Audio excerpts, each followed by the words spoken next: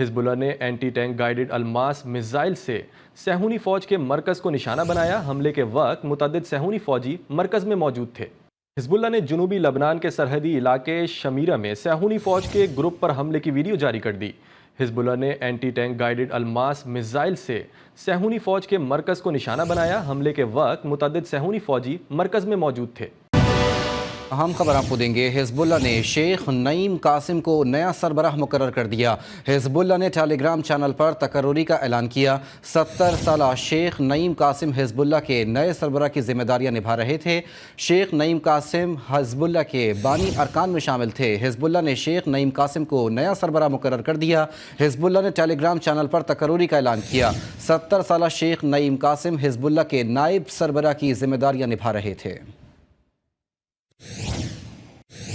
غزہ پر صہیونی فوج کے وحشیانہ حملے جاری ہیں۔ شمالی غزہ پر 24 دن سے جاری محاصرے میں صہیونی فوج نے 1000 سے زائد فلسطینیوں کو شہید کر دیا۔ شہداء میں اکثریت خواتین اور بچوں کی ہے۔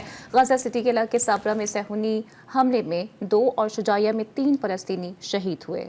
غزہ پر صہیونی فوج کے وحشیانہ حملے جاری ہیں۔ شمالی غزہ پر 24 دن سے جاری محاصرے میں صہیونی فوج نے 1000 سے زائد فلسطینیوں کو شہید کر دیا۔ شہداء میں اکثریت خواتین اور بچوں کی ہے۔ غزہ سٹی کے علاقے صابرہ میں صہیونی حملے میں 2 اور شجاعیہ میں 3 فلسطینی شہید ہوئے۔ صہیونی حکومت کے انسانیت سوز مظالم نے ایک ہی دن میں غزہ میں 53 افراد کی جان لے لی۔ شہید ہونے والوں میں 2 صحافی بھی شامل ہیں۔ صبح سے جاری حملوں میں اب تک 13 افراد شہید اور 30 سے زائد افراد ملبے تلے دبے ہیں۔ لوگ کھانے پینے اور دواؤں سے بھی محروم ہو گئے۔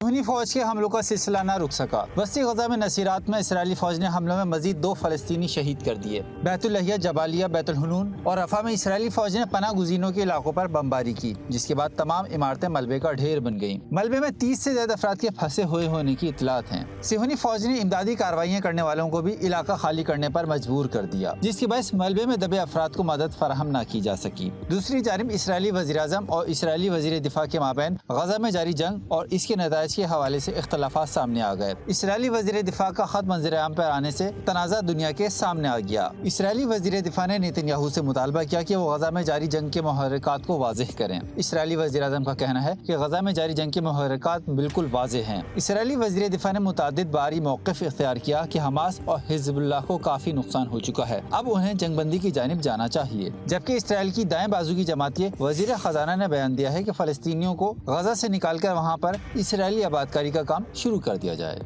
غزہ میں اسرائیلی درندگی تھم نہ سکی۔ بیت اللحیہ میں 62 فلسطینی شہید ہو گئے۔ صہیونی فوج کی بمباری سے الزائدہ محلے میں 10 فلسطینی شہید ہوئے۔ شہداء کی مجموعی تعداد 43,020 ہو گئی۔ جبالیہ میں القصام کی شدید مزاحمت سے زخمی ہونے والا شہداء کی مجموعی تعداد 43,020 ہو گئی۔ جبالیہ میں القصام کی شدید مزاحمت سے زخمی ہونے والا صہیونی فوجی ہلاک ہو گیا۔ مزید تفصیلات اس رپورٹ میں۔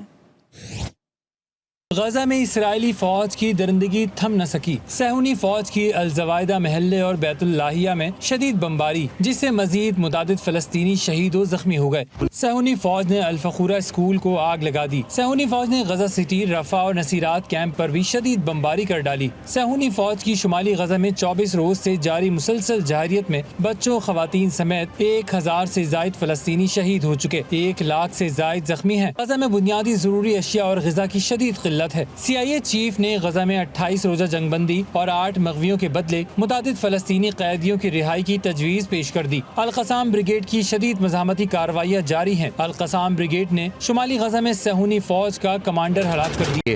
حزب اللہ نے شیخ نعیم قاسم کو نیا سربراہ مقرر کر دیا۔